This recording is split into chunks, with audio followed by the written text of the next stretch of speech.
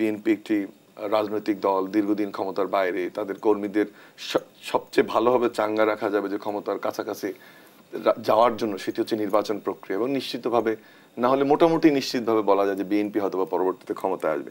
তাদের এই ধরনের প্রেশারও আছে এবং সেখানে কেন জানি মনে হচ্ছে যে যদি কালেকটিভ সাপোর্টটা বিএনপি দ্রুত নিশ্চিত করে এই সরকারকে, হোল হার্টেড সাপোর্ট, তাহলে কিন্তু বিএনপির জন্য মঙ্গল বলে আমি মনে করি। বিএনপি তো বলছে বিএনপির যে না, কিন্তু একটু দান্দিকতা আছে। কিন্তু ফখরুল সাহেব কয়েকদিন আগে বলছেন যে দ্রুত নির্বাচন চাই, তারেক রহমান সাহেব পরশুদিন বলেছেন যে আমরা নির্বাচন চাই কিন্তু সংস্কারও আমরা চাই, সংস্কারকে আমরা উৎসাহিত করতে চাই।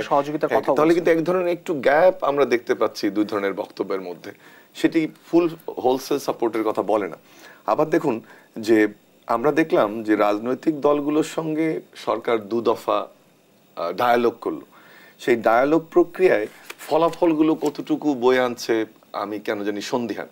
আমি একটা বিনীত অনুরোধ করতে চাই আপনার দেশ টিভির মাধ্যমে, দর্শক যারা দেখছেন নিশ্চয়ই তারা আমার সাথে একমত হবেন, যে এই বৈষম্যবিরোধী ছাত্র আন্দোলন এবং জনতা অবশ্যই 15 বছর নিষ্পেষিত হওয়া বিরোধী দল বিএনপি, জামাত সহ অন্যান্য দল সবাই মিলে আন্দোলনটাকে সফল করে একটা ফ্যাসিস্ট সরকারকে, স্বৈরাচারী সরকারকে উৎখাত করলো।